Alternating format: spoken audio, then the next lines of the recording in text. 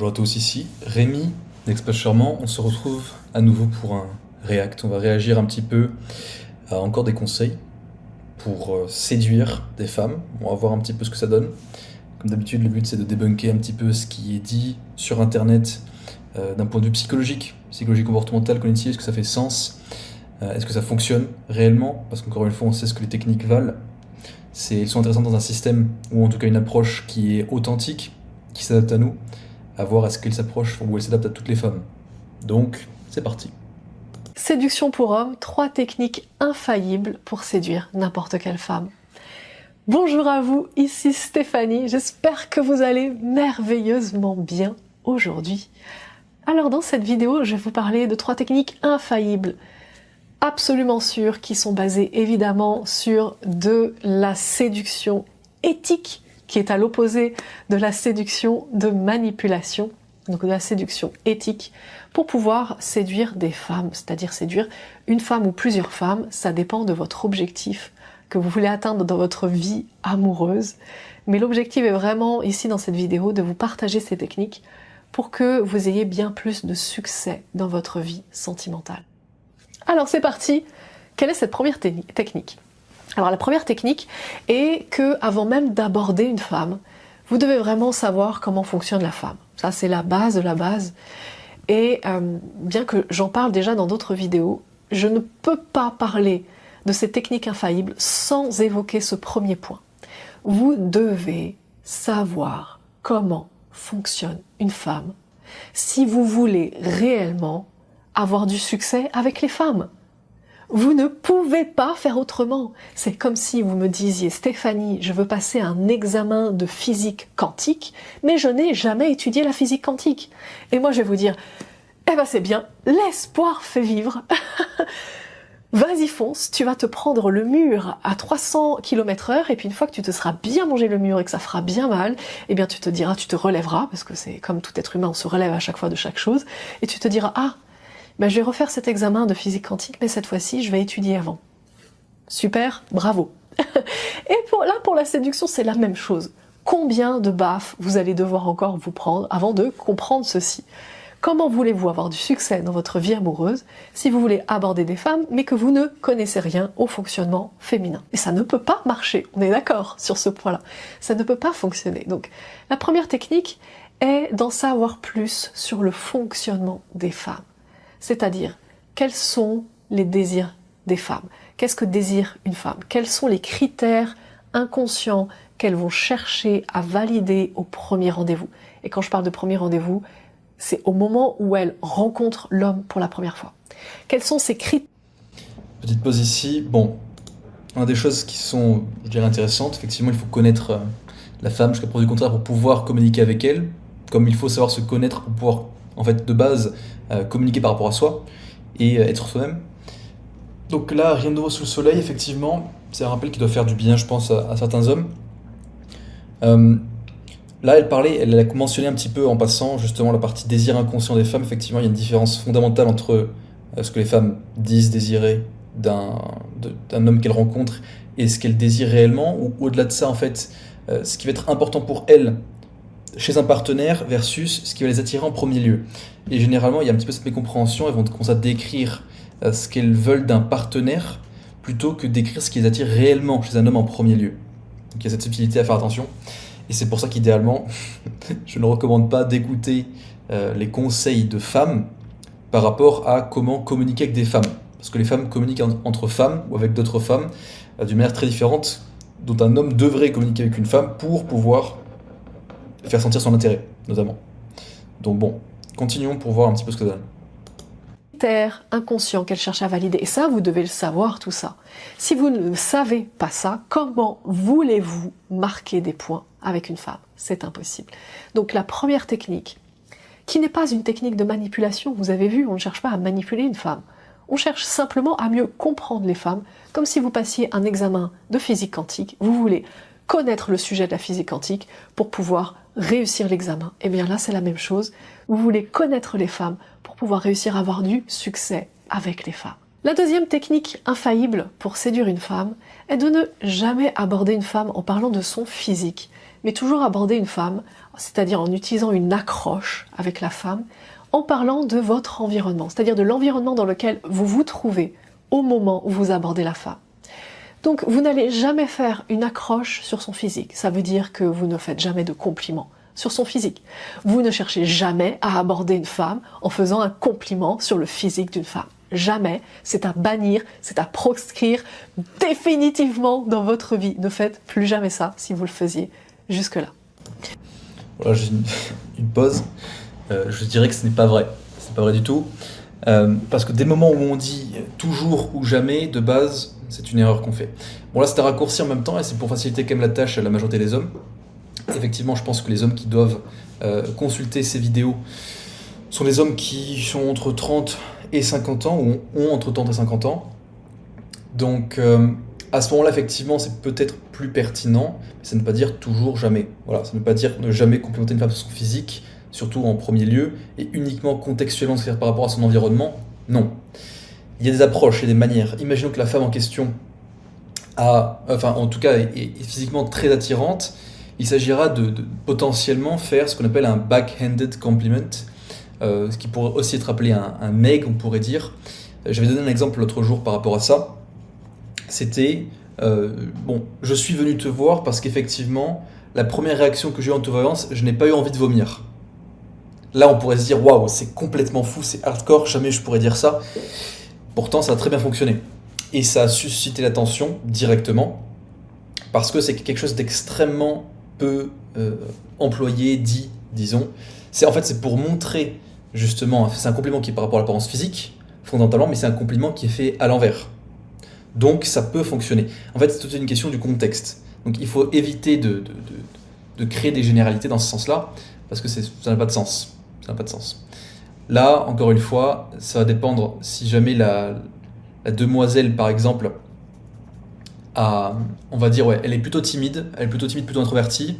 Faire un compliment sur son apparence physique, pas sur son physique, mais sur son apparence physique, par exemple, le fait qu'elle a bien choisi ses vêtements et que donc ça la met en valeur, c'est quelque chose qui est tout à fait acceptable. D'accord ? Tout à fait acceptable. Donc plutôt que de se mettre des interdits comme ça, il faut savoir aviser. Effectivement, si vous voyez que la demoiselle en question est en train de mettre en avant ses attributs physiques, d'accord ? Par exemple, qu'elle porte une tenue relativement courte, où elle veut mettre en avant à la fois son postérieur, à la fois sa poitrine, dans ce cas-là, évitez, bien sûr. Parce que là, c'est le raccourci facile.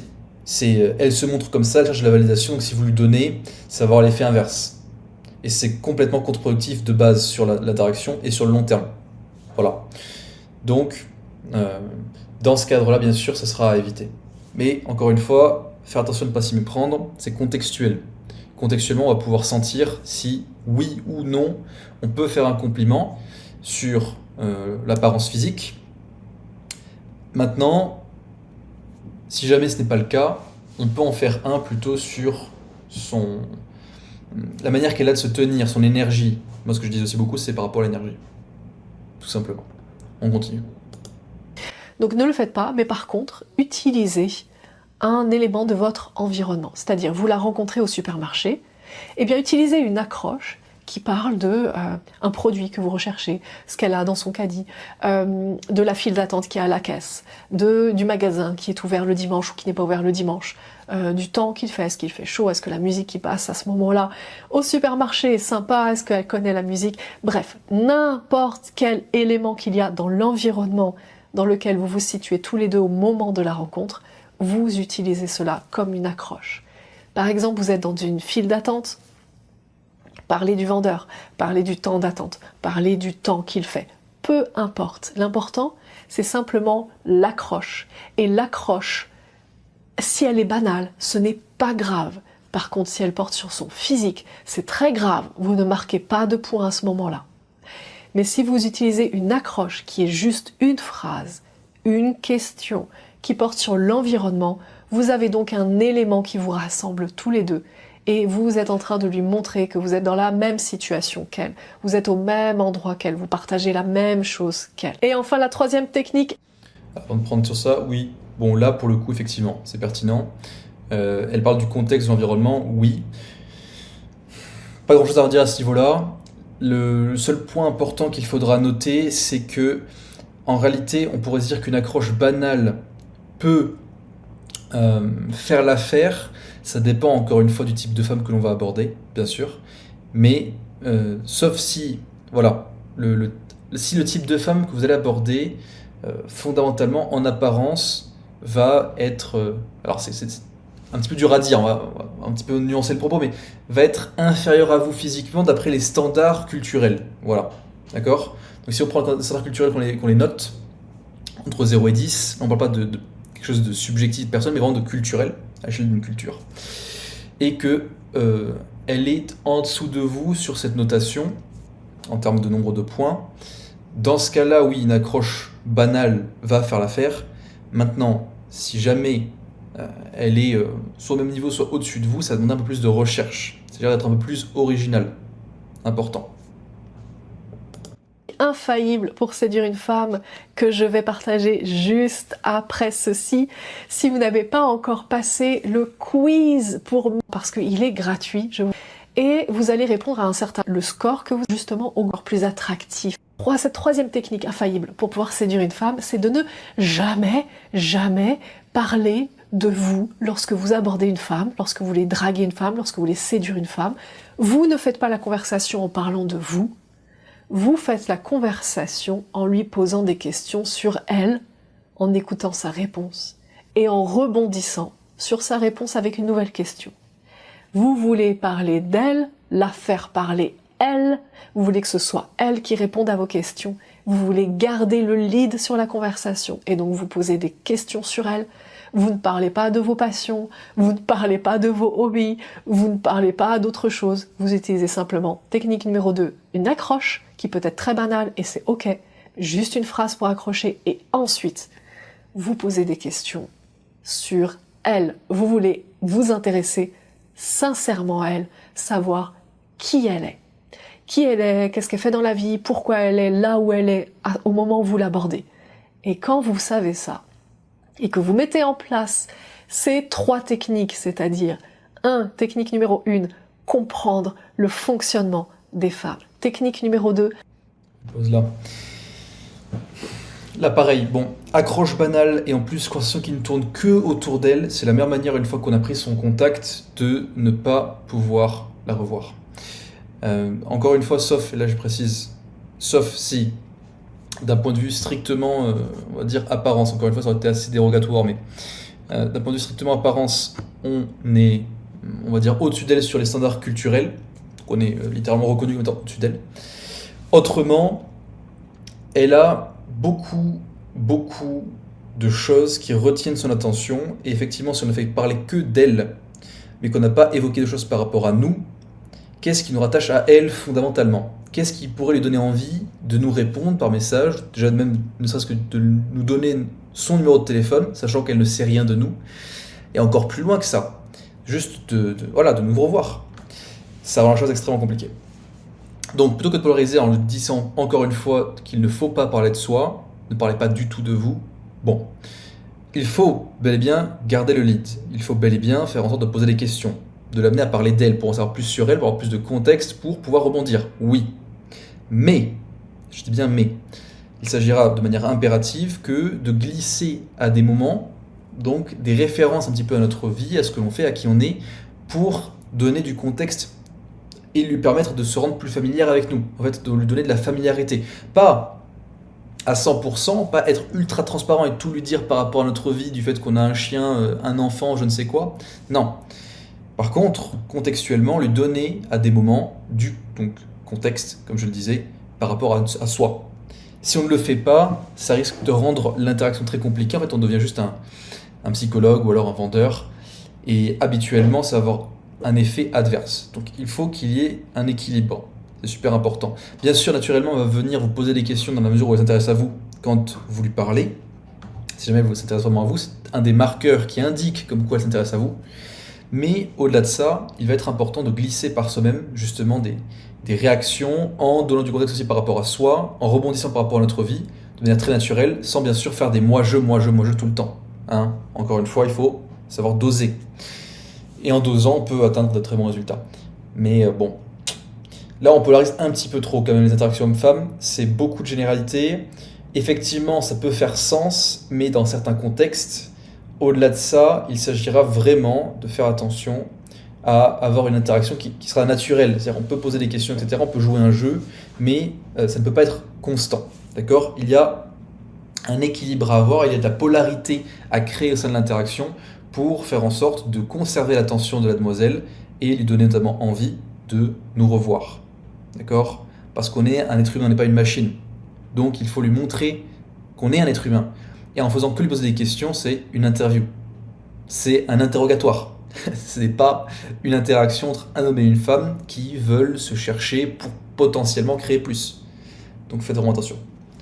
On va finir, peut-être qu'elle va dire quelque chose d'intéressant. Une accroche qui porte sur l'environnement dans lequel vous vous trouvez au moment où vous l'abordez.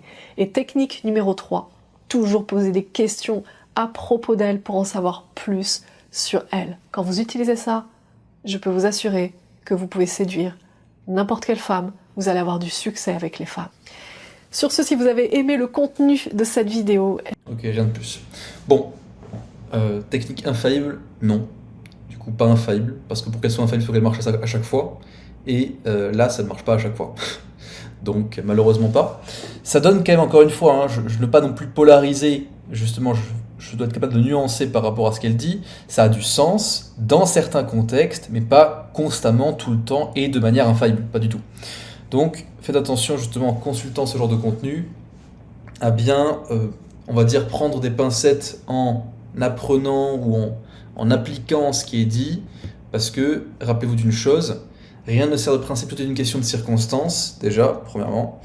Et au-delà de ça, effectivement, si vous voulez vous appliquer à des règles pour pouvoir agir d'une manière ou d'une autre, c'est bien, mais faites-le que au début pour pouvoir prendre vos premières expériences. C'est juste, en fait, c'est dépendre d'un système au début lorsqu'on commence, et ensuite venir progressivement et naturellement agir de manière le plus authentique possible. C'est-à-dire qu'on va venir prendre un petit peu à gauche, à droite, piocher dans les différents aspects, différentes choses qui peuvent faciliter la tâche dans le cadre d'interaction avec une femme, mais il s'agira bien sûr de trouver sa propre voie.